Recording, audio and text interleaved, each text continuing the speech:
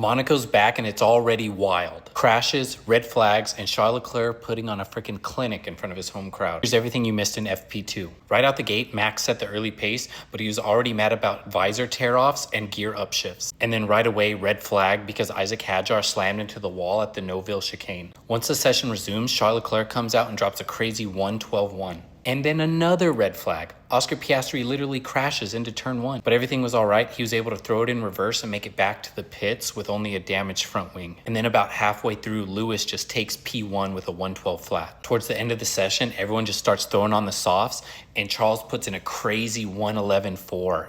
Insane. Lewis and Lando actually kind of come close, but they just can't catch Charles. So I think Charles' pace on softs really shows that Ferrari might be catching Red Bull just in terms of raw performance, especially on tight technical tracks. But then the funny thing is though, Oscar comes back from his crash and just locks up P2 like nothing even happened.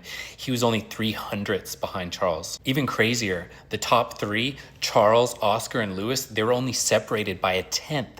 Qualifying is going to be crazy. This could literally be one of the tightest Monaco qualifyings in years. So we mentioned the top three, but Max, he was way back in P10 behind Liam frickin' Lawson. And just something to keep an eye on, but Max's lack of pace could be a hint that Red Bull might struggle with Monaco's unique low speed, high downforce setup. So let's just see how that plays out. And so all this craziness was just FP2. Imagine qualifying. What would you guys think of practice? Let me know.